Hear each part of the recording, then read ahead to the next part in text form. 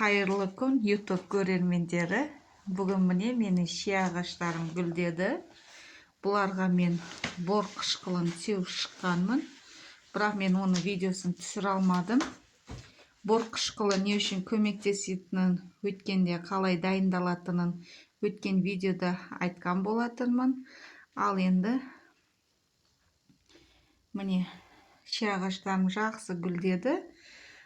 Аралар да қонып жатыр. Осы аралардың осы шие гүлдеген кезде бірден бір көмегі жақсы тозаңдануына көмектеседі. Міне осындай шие ағаштарым гүлдеп жатыр. Бұйырса Алла жемісін берсін.